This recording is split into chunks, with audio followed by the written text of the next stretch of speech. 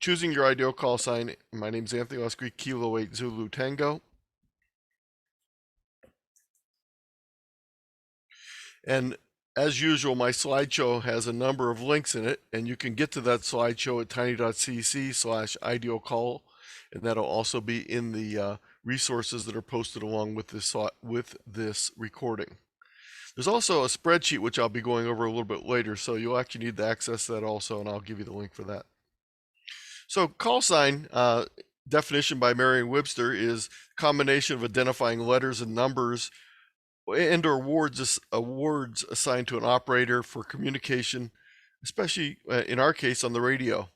And the first known use of the word call sign was in 1907. Initially, with so few stations transmitting amateur radio stations did not use call signs. They knew each other when they would hear each other. As the number of stations started to rise, a more formal way of identification became necessary. Even before mandatory use of call signs, the concept started to be introduced. When making contacts via Morse, giving your full name was rather long-winded. Using first names only was often repetitive and confusing, and call signs provided a unique way of quickly identifying a specific station. Typically, about 2 to 3 letters were often used, often the operator's initials.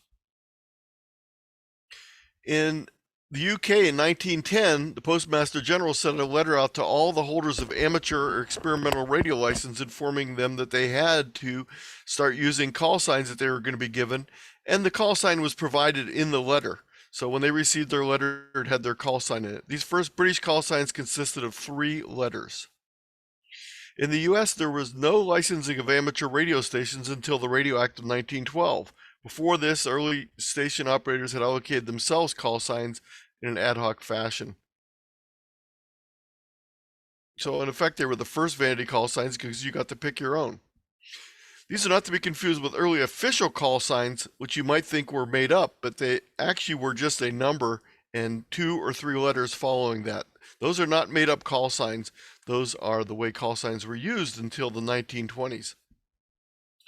Despite the lack of official call signs, in 1908, Modern Electrics magazine published a listing of U.S. stations and their self-assigned call signs. It listed the name and broad location of the station along with the call letters, which normally consisted of 3 letters.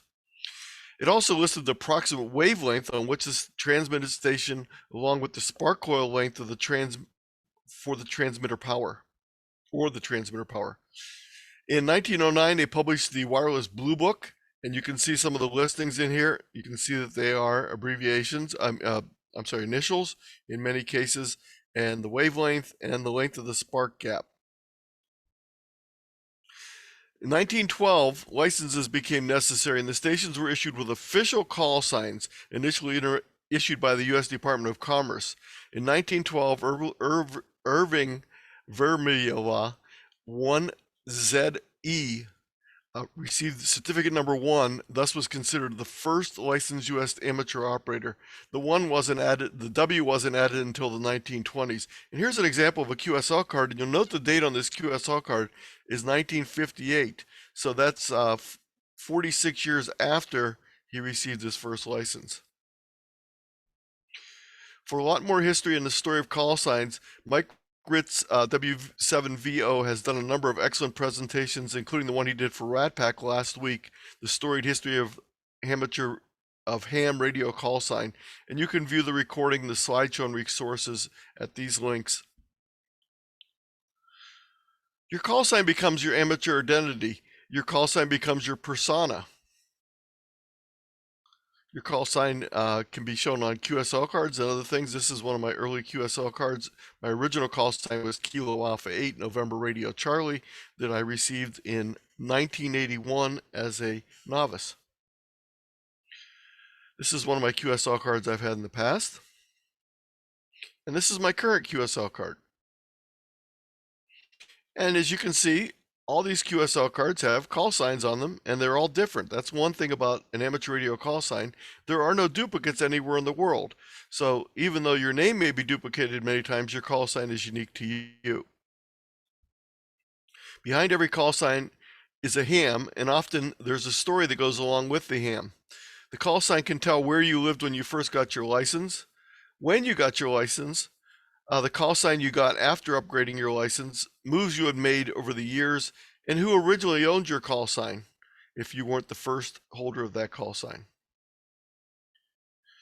If you're interested in finding out who's held your call sign before, there's a number of resources available, including at archive.org, which has copies of old call books that you can go back through and look up call signs in them.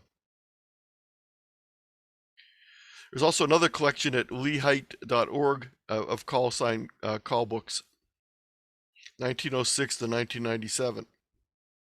And I went back and looked, and here's mine in 1985. I think this is when it was. This is my old address, and there's my novice. No, this had to be 1981 because I got my technician license later at the end of 1981. So this had to be the 1981 call book.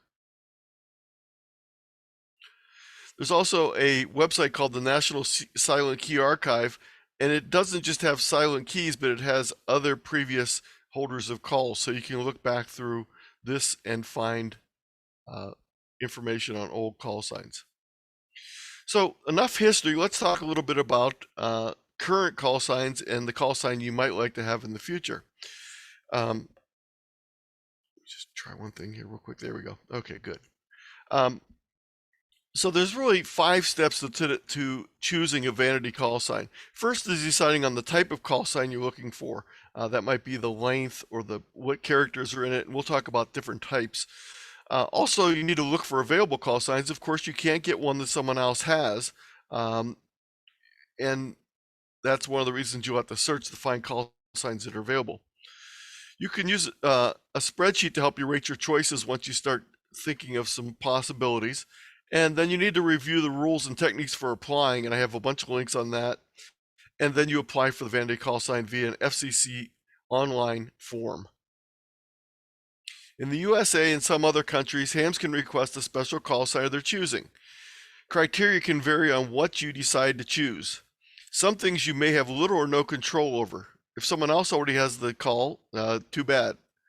You cannot receive a vanity call sign from a call sign group for which your operator class is not eligible. And I'll give you examples of those. The call sign doesn't match your geographic location. In other words, you can't get a KL7 if you don't have a mailing address in Alaska when you're applying for it. That doesn't mean you can't get a KL7 license and then move to another state, but your initial application would not be approved if you were not in that state. And also, there's a whole group of restricted call signs, and I'll go through some of those on the next couple pages, that the FCC just doesn't give out. At least most of the time they don't give them out. You'll see that there are some exceptions if you look around. You'll find that some of these things that are on the list of ineligible call signs have actually been issued in the past. So really, there's a bunch of categories. The first one are special locations. The KA2 2x2s were reserved for use in Japan and Asia. So the places that were occupied following World War II had call signs similar to this KA2AA and so forth. The KC4AA through a certain number of A's is reserved for Antarctica. Also, the KC4 USA and some other calls are reserved for Antarctica. Some of the KL7s are reserved for special locations. I'm sorry, KL9s.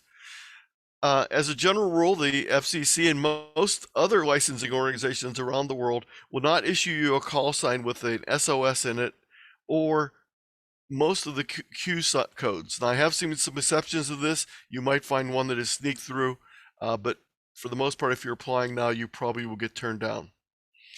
You, of course, can't get a U.S. Vanity call if the call sign is not allocated to the U.S. The U.S. has AA through AL as the first 2 letters, but we don't have AM, we don't have AR, we don't have AQ, and we don't have AZ. So this would be Spain. I forget where AR is out of the top of my head, and I know AZ is actually in Australia. 2x3 X suffixes are reserved for experimental stations, so you can't get a 2x3 starting with an X. The EMA stations are reserved for FEMA use. The 2x3 EMAs are reserved for FEMA. 2x3s that start with an AA through AL or an NA through NZ are not available. So none of these call signs, even though they be valid US call signs, are currently being issued by the FCC. Some 2x3s that start with WC, WK, WM, and WR are not issued. But you may have noticed an exception to this already, because if you work the 13 colonies, the bonus station, the WM3 pen, breaks this rule. So there obviously have been some that have been issued, but for the most part, they have not been issued. The KP zeros, the KP, the NP, and the WP zeros, 6s, 7s, 8s, and 9s have not been issued yet. And they're on reserve if we need them for places like Puerto Rico. So Oscar put up his thumbs up for that. And all one-by-one calls are never issued to an individual. They're available only on a temporary basis. So these areas are all fall into this, and there's more details on the next pages as to why these particular ones are not available. And you can read through this on your leisure. So some of the criteria that hams use in making their choice for a call sign can be defined in one of three categories that I've arbitrarily established: personalized call signs, cute call signs, also known as endearing, clever, captivating, winsome, comical, etc., or what I'm going to refer to as optimized character call signs. And we'll go through each of these different types. If you haven't guessed, this would be an example of a cute call sign, KA9 Fox, with Scott's little picture of a fox on his QSL card here. So let's go through personalized first. Personalized might be your name, initials, or nickname, very similar to what people did before licenses were officially allocated. So we might have K2 Bob, we might have KAAL, which would be my initials, or K4 Doc if his nickname was Doc, or maybe even Mom. So those would be examples of names or initials. Sometimes people like to have an abbreviation of their state, and the West Virginia stations have a nice advantage because starting with the W, also similar in Wisconsin and Washington, they could have the first two letters of their state as the first two letters of their call sign.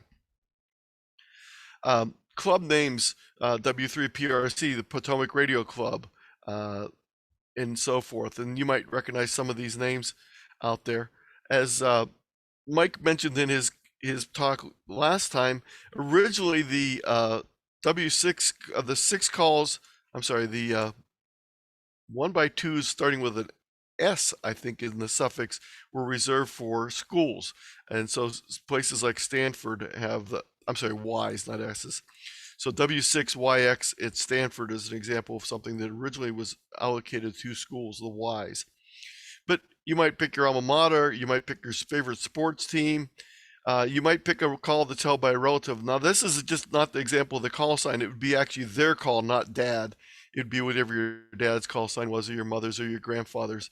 And there's special rules for getting a call that was formerly held by a relative. And those are in the links later on. You could also get a call sign derived from another service. So some people might, let's say you worked at WLW in Cincinnati, it might be nice to have W8 WLW. I'm actually the station, I'm actually the trustee for the Kent State Amateur Radio Alumni Group, and we have W8 KSU, and the station, the NPR station at Kent State is actually WKSU. It might be for an event in history such as WW2, the William Penn, which I talked about earlier, maybe for Abe Lincoln or LBJ or something along those lines. As far as cute call signs, they can be endearing, clever, captivating, winsome. They're basically puns in a lot of cases. They're visual puns or audio puns. So we can have visual things like WOXX. A lot of people like to have one that repeats the prefix and the suffix the same. Maybe the last letters of the alphabet. We got all 4 of them there. Or maybe something like the first 3 letters of the alphabet. A call sign that repeats either way. And here's a call sign that's very unique because you can turn it over upside down and it'll still be the same call sign. No matter which way you turn it, if you swing it all the way around, you'll still get WW1MM. Some people like phonetic call signs, and if you've ever worked field day in the past, you probably ran into the Huntsville group that has Kilo 4, Big Fat Turkey, as their phonetic that they use every year. Now, I've worked them on CW only the last couple of years, and it's not quite as much fun working the Big Fat Turkey on CW. A lot of people with MM in their call sign will use phonetics of Mickey Mouse, and I remember as a novice working W9OP, the old pumpkin, and I love getting this is actually a clip from his QSL card that I have on the wall here. Other cute things might be initialisms or acronyms. And the difference between initialisms are abbreviations that you could not pronounce. So you can't pronounce FBI. Acronyms, true acronyms, you can actually pronounce them. So ELF could be pronounced ELF, FET could be pronounced FET, and soda, of course, could be pronounced soda. So these are actually initialisms, not acronyms, but we have both here. You can spell words or abbreviations like K9 Fox, or maybe you're a pie lover, or maybe you like to drive a car. And this is actually a station just north of me in Cuyahoga County, Ohio. Or maybe you're a YL, or you're an old man. I recently saw a picture from in QST a couple months ago of W4HE standing next to K4SHE. So he and she were standing next to each other, but they weren't related and they didn't even know each other before the picture. Often the numbers 1, 0, and 5 visually look similar to I, O, and S. So sometimes we use the spell Q combinations such as kite, corn, washed, noisy, kiss, and ICOM, even though they really aren't, but the RIs play tricks with us. The third group of call signs choices is something I'm going to refer to as optimized character. They're call sign choices. They're based on selecting a set and sequence of letters and numbers that benefit the call holder with one or more advantages. Maybe they're easier or fast to send because of the short number of characters or the short length of characters themselves. They might be easier to receive with fewer errors by the receiving station. They might have faster recognition, quicker exchanges, etc. So contesters and DXers tend to like to have optimized call signs. And some call signs can be optimized for phone, some can be optimized for CW, some work both ways and some don't. So it just depends on what your favorite operating mode is, determining what might be your best optimized character call sign, if it's even available. Optimized call signs can be the most challenging to select as the criteria can be very subjective and personal. Typical optimizations usually include getting the shortest length call sign, so that'd be a 1x2 or 2x1 call sign, but those are pretty scarce and sometimes hard to get. So many people might settle for a 2x2 or 1x3. Of course, the longest call signs issued in the United States routinely are 2x3 call signs, so if you're looking for optimum number of characters, that probably is not your choice.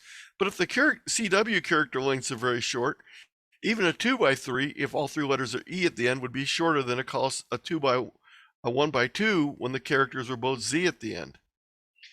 So CW character lengths and rhythms also have effect in choosing optimized call signs.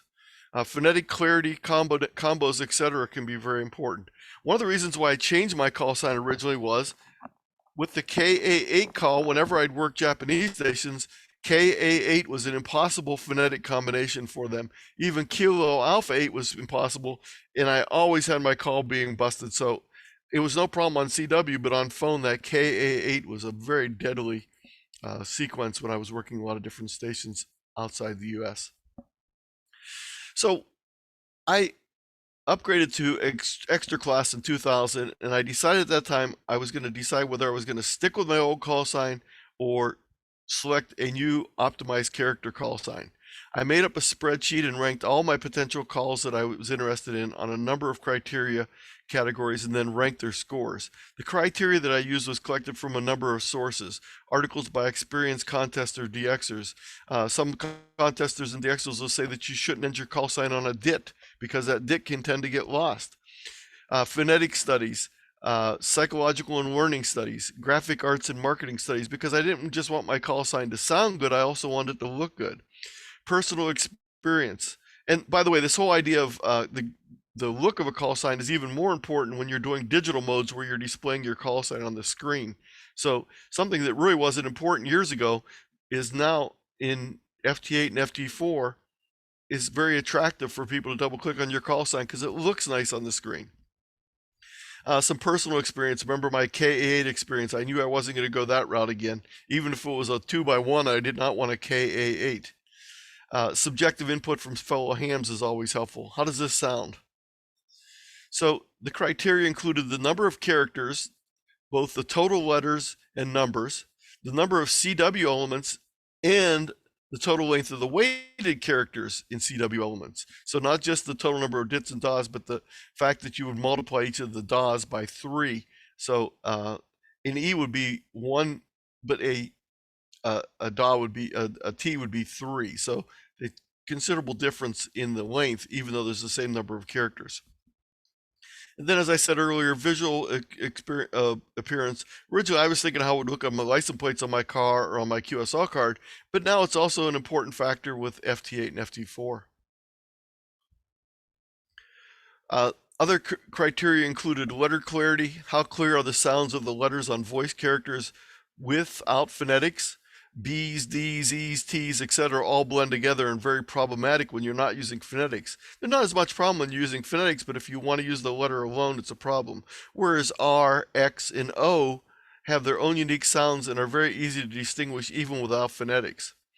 And then phonetic clarity. How does a call sign sound in phonetics? How easy and clear each phonetic is to pronounce, both singularly and combined. And I'm talking about using the internationally recommended phonetics. Sometimes you have to maybe adjust that a little bit if the phonetic is not working for the combination of letters you have. So a lot of times you'll see people that have an AA in their call sign might use able instead of alpha alpha.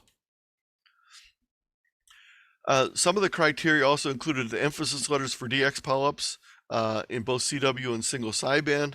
Hard consonant sounds are often heard best at the end of a call sign in single sideband, and ending a call sign on a DA is said to have some preference than ending in a DIT.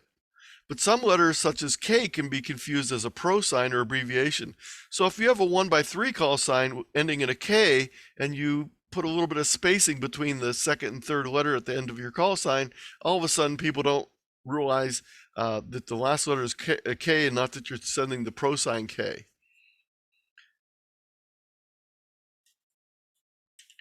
Some of the other criteria included the rhythm of the sound in CW, and to do this, I punched them into a website such as Morse Code Translator, which will play it back to you. You can put them into your key, or you can send them to yourself. I found it much easier. I didn't really want to have the sensation of sending it to myself. I wanted to just hear it coming back to me. So I found that these sites where I could have an input of text and then have it play back to me were better. And here's some links to those particular sites. There were some criteria that you may want to use to exclude call signs. You might find that some call signs may not be the best choice for you. If it's a character that you have great difficulty in sending in CW, I lived in fear that when my license as a novice arrived, it would be KA8FJB, the 3 letters that were always my nemesis in CW. But I didn't get that. Previous call signs of a notorious ham. My nephew got a vanity call sign, a very good vanity call sign, because W8AKR, he lived in Akron, he went to the University of Akron, and so he liked that thing, but the person that had it before had a little bit of a notorious personality. So when he first got it and got on the repeater, he found that no one was coming back to him. They didn't realize a new person had the call sign.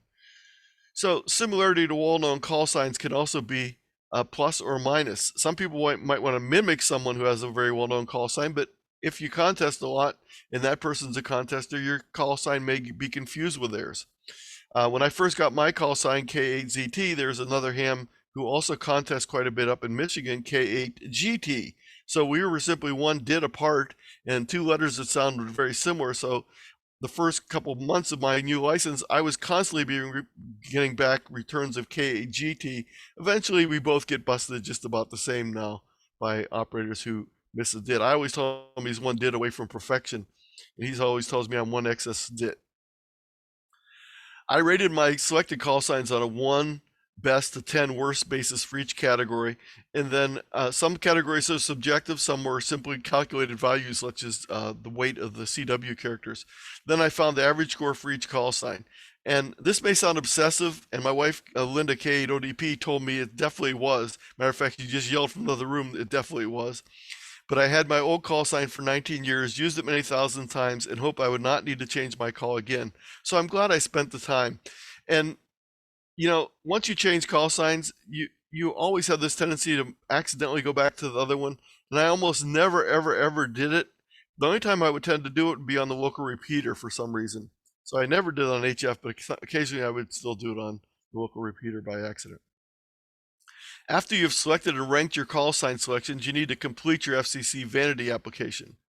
For invaluable help with this, sometimes competitive process, because a lot of people want some call signs because they're very desirable. Please refer to the links on the next slide for a number of resources. Then the wait begins as you hope the FCC grants you the one of your top choices. You can put in a big list, or you can put in a small list depending on how many things are acceptable to you. Fortunately, the process usually takes less than 1 month. I hope to hear you on the air soon with your ideal call sign. And by the way, I got my second choice. My first choice went to someone else. I didn't get the first choice, but now I'm actually happier that I got my second choice. So these are some of the resources available. The FCC has a link. There's a link here to the FCC vanity call sign page. The ARRL website has some information on vanity call signs. AE7Q has a site just for vanity call information, and it has a large number of different tools available. And as I mentioned earlier, anytime you see this little symbol here, that means it's a link you can click on. Just to demonstrate that it works, I'll click on one of these. So here's AE7's site, and you can see, for example, how many 1x2s are available in which call region. You notice that most of them have none. The 5th area has 1 coming up. The 8th call district has 1. 9 has 3. And the 0 or 10th call district has 9. These other things are possessions in other locations. So this gives you some ideas of things that are available. There's a bunch of other tools on here to search and help you to apply for your information. So this is a great place. It tells you when call signs are going to be coming due, and you can apply for them. There's a 2-year waiting period after someone drops a call sign before the next person can get it, unless you're a family member claiming a call sign from someone who's deceased or has dropped their license.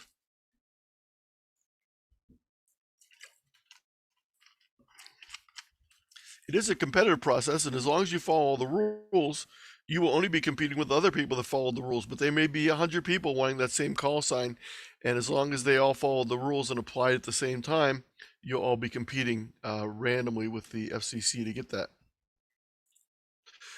Radio QTH provides a number of tools to help you find which sites call signs are available and help you in the selection process. KJ4C has a number of tools also, and Ham Data has an up-to-date FCC information. So if you want to find out the call signs that were issued in the last days, even if you're just curious, what was the latest information issued, what call signs, how many were issued, and different things like that, you can find out all the information. So if you look on this, these are the call signs that were listed most recently. So in the 8th call district, the most recently listed 8 call sign is KEA. I'm not sure. These are not just technician license. These are all the licenses issued. Right now for a Group D, which is the technician class license, they're issuing KE8TQ in Ohio this week.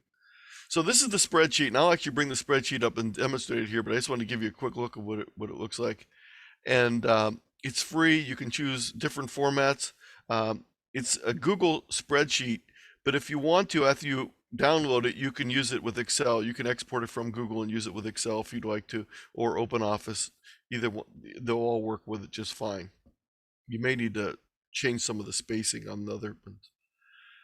So I put some sample call signs in it so that you will know where. Don't just fill out the new ones in there. And for the subjective categories, you may want to enlist one or more other hams to help get their opinions and experience. Depending on your amateur radio interest, you may also want to include one or more contester or DXer for good information on what their experience with call signs has been. And this again is the picture of the spreadsheet, but I'll bring it up here. But you can see we list the call sign. It automatically generates the phonetic alphabet. It automatically generates the Morse code abbreviations.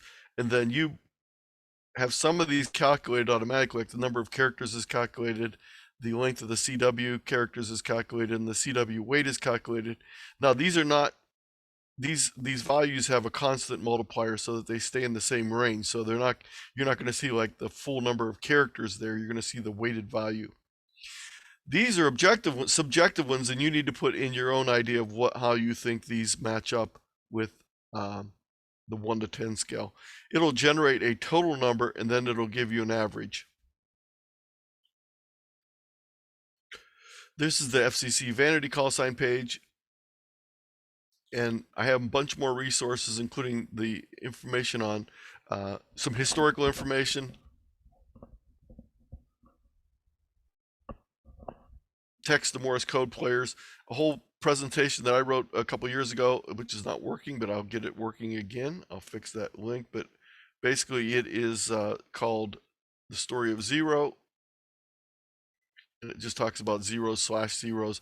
And it also has a number of slash zero fonts. So don't ever use the alternate 0216 ASCII code to generate it, because that's not a slash zero, that's another character.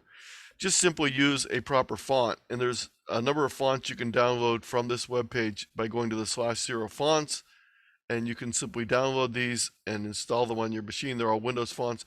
If you're using Google Sheets or Slides, etc., Consuela is the slash zero font that's built right into the program. One of the little side note, those visual funny call signs like W1SE for Y's. Each year I do a crossword puzzle for CQ Magazine, and the 4th edition of that crossword will be in the February issue of CQ Magazine. But last year's issue, you can find it on page 44 of the 2021 February, and you can also do it online. I have it online, so you can do it that way also. So let's take a look at the spreadsheet, and this is the link for the spreadsheet.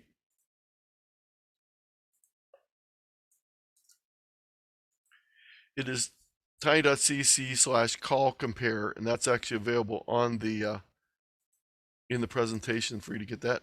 When you do that, it's going to ask you to make a copy of the document, because you need to have full edit rights. So once you do this copy of it, it's now your document. It's no longer a shared document. And there's an explanation page at the beginning, and then there's the call comparison page. There's 2 other locked pages, and those are where the values come for the weighting and for the NATO phonetic combines. So whenever we type a call sign in here, if we type one in, let's see who we have out there. Let's put the cap lock on. KQ6HE. It'll generate the phonetic combination, the Morse code characters, and it'll also calculate the number of characters out there, and then you can go in and put in subjective ratings for each of these other characteristics. And let me make this a little bit narrower so I can fill on the screen here. You can see the averages here. And what you want is you want the lowest number. So of the calls I was comparing here, and I won't include the KH6 because I didn't put these comparisons down here, you'll see that my call was the second lowest here, and the N1XX was lower, but it's not available. But, just some ideas of how call signs work. Now, I find some people get carried away with the E's because they're short. One of the problems with the E's is N5EE would be the shortest call sign in the US, and N5EEE sounds like a good possibility until someone starts busting your call and thinking it's N5IE or N5EI. So if you are going to go with an all E call sign, make sure your sending is very clear and good. Or an all DIC call sign like N5HEE would be all DITs. So you can punch in anything you want in the sheet and then take a look at it and see, and then put in some subjective ideas of what you think about it, and you can look at a whole list of potential call signs this way. This is the example of the crossword puzzle. It's from last year, and when you click on this, it simply lets you type right in here.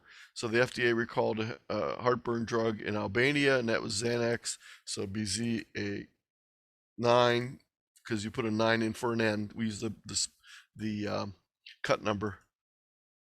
And I will type that in. So you could just do that. And again, so each one has a number in it, and we substitute the number 1 for an I, number 0 for an O, number 5 for an S, and number 9 for a N.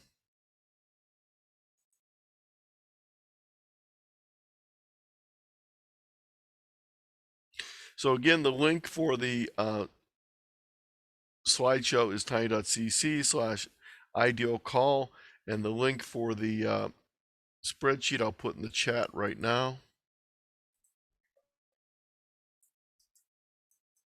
That's the link for the spreadsheet. This is the link for the presentation.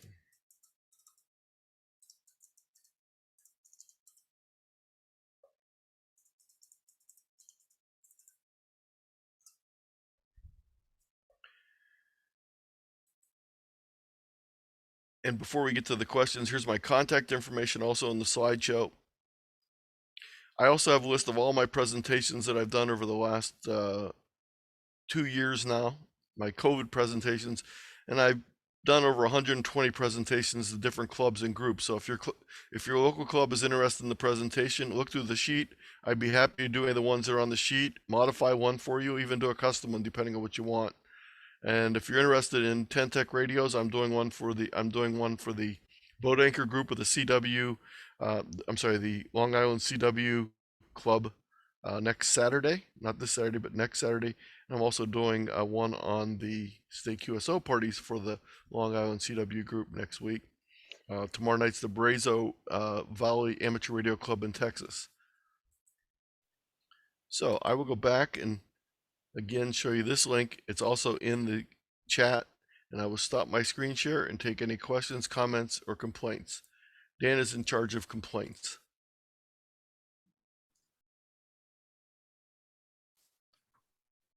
A question? Yes, go ahead, Brett. Yeah, when you had the Callsign evaluation, you had 2 columns. What were the 2 different columns? Let me bring that up real quick here. You had KQ6HE. The columns that you enter data in is the call sign. It automatically generates these, and then these are calculated, and then these are all ones you go in and subjectively put in what you think it is. How visually appealing is it? What the letter clarity is like, what the phonetic clarity is like, emphasis letters on CW, emphasis letters on single sideband, and CW rhythm. And you judge these on a 1 to 10 scale. But what so you have to do that. The green represent the red and the green. Over here. Yeah. These are green is the lowest numbers, and red is the highest, and yellow is in between, and orange is in between. So you want the lowest number. So the lowest numbers in this particular one is 3.84, 3.98, and 4.51. The highest one in this group is this PI3YZS. Let's put in a ridiculous call sign that, here, let's just put in one here for fun. JJ0 XZQ. So it's super long. Notice how it really bumps these 2 numbers up. It's not very visually appearing, so we'll give it a 2. It's obviously has letter clarity problems, so we'll give it a 2. And we'll give it an 8. An 8. I'm backward on my things. Phonetically, it's probably horrible. So this would be an example of a probably really bad choice. But again, these are all subjective. Maybe the person with this call sign thinks it really looks nice, it really sounds good. So I'm not going to judge that for you. These are all things that you have to subjectively choose on your own. Okay, Jim's got his hand up. Good evening, Dan, or thanks, Dan. Anthony, just a quick question for you. Yes. Over in Canada, it's not a question, but it's just a statement that when we get our license and we apply for our license plate, we just apply for the plate and it automatically is brought up to us. We have a choice if we have 2 different call signs, but in my case, it's my Victor Echo 3 Zulu Bravo Golf. That's on my vehicle. So that is very easy to get just by applying for it. And they sent it to me within a month. But I didn't know you had to do that through with the US. And also I saw that you had Stowe on your from your previous address. Did you live up in Stowe, Vermont? No, that's Stowe, Ohio. We're the big one without an E at the end of it. They're the little one with the E on it. Okay, sounds good. Okay, we're probably about 4 times as big, but we have very low mountains. Okay, sounds good. I appreciate that. Almost no skiing. Yeah, okay. It's an Akron suburb. We're about 1/3 of the way between Akron and Cleveland. Oh, okay. Okay, sounds good. All right. Well, thanks very much. Appreciate it. And a great presentation. Thanks for that. Well, thank you. Okay, Anthony, I think you're sharing your screen. You got the views. You got your view. There you go. Whatever. Jim, go ahead. Yes, the links in the beginning of your presentation about the archives, could you look at that through those to see if you can find somebody that had a call sign? Yes. Okay, my dad was in college in the 20s and 30s, and he always said he rolled coils for friends. So I suspect he might have been a ham, but I never found out. So I could use those to kind of pin down to see if he had anything. Yes. One of the problems is most of the vast majority of call books that are preserved and actually that were created are not reverse lookups. They only have call sign lookups. So if you know a name, it's often hard to find a call sign. If you know a call sign, it's much easier to find a name. Now that one Silent Key website has the ability to search on names. I'm not really used that one extensively, but you might. I think I'd probably start out with that one. If you don't have a call sign, you only have a name. Okay, thank you. You're welcome. And of course, if you have if you have an uncommon name like my last name, it's much easier to find than if you have a very common name. Okay. Barry, you got anything in chat? Nothing in chat. Boy, am I glad I passed the buck over to you guys to do the recording and such. My internet connection is really bad tonight. So I'm going to rely upon Barry's copy of the recording, and I'll probably when I get my download, I'll probably get the chat part, but I'm also, Anthony, if you can send me your presentation, I appreciate that. I will do that. And okay. Well, this is going to be a short one unless we get some people asking some questions out there. But it has been an excellent presentation. Thank you, Oscar. And by no means am I suggesting they want to change their call sign. I'm just suggesting that you really appreciate the call sign you have, and if you don't particularly like it, then I suggest you look for another one. But definitely, we are lucky to get a call sign, and as someone said, we're only renting them for a short period of time. Well, I've had a lot of people try to rename me Rex from the time I was a novice to now.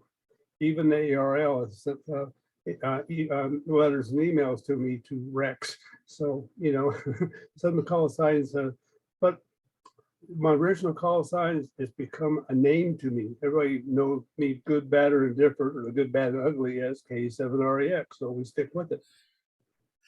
Now, my call sign was only issued once before. It was held by another person for less than half a year. They got it and they decided they didn't want it, so they let it go. And it's someone local, and I've talked to him, and he says, I really wish I would never done that. So my call was not reactive because the Ks were not issued in the eastern part of the United States for the most part, unless someone selected them during that time period, starting in 1976 or 7, when people could get a call sign of their choice. So most of the K8s were not issued initially unless someone chose them afterward. Okay. Any more? How about comments? So we got some comments out there.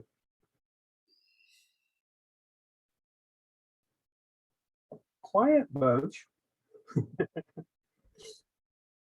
Okay. Well, I tell you what, folks, I'm not seeing an awful lot of activity here to keep us going. How about you, Barry? Looks like it's good to me. Okay. Well, Barry, you are the host. In case people don't know, we have got two different licenses that are tied to each other. We have the main one, which gives us over 500 people attendees, and we have an extra one I put in there. It's under Barry's name, and it's a link to it, and it's just a single license. And that is probably why Barry, when he became host, it stuck, because his call is, his thing is under that second license as part of the first license thing. Anyway, enough of that nonsense, but that's what I think it's all about. Oh, We were getting ready to renew all. Dan, I was ahead, just going to mention Anthony. before we forget that we now have a Twitter. RATPAC has Twitter, and if you'd like to follow us, it's RATPAC P, the letter P for planning. So RATPAC P on Twitter. You can follow us there. Cool. I like that. Appreciate it, Anthony. That was Anthony's idea. He presented it at the planning committee meeting we had, and I think I was the only one who elected, but why not? So here we are, and I appreciate it, Anthony. And again, if anyone would like a presentation for the local club, I'd be happy to do one for you.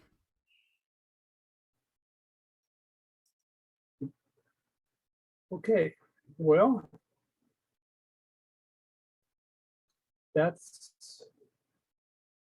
okay. Somebody's saying that they hope to hear another presentation from Anthony. He is a good presenter, isn't he? I really, he does a great job. He loves to do it, and it shows.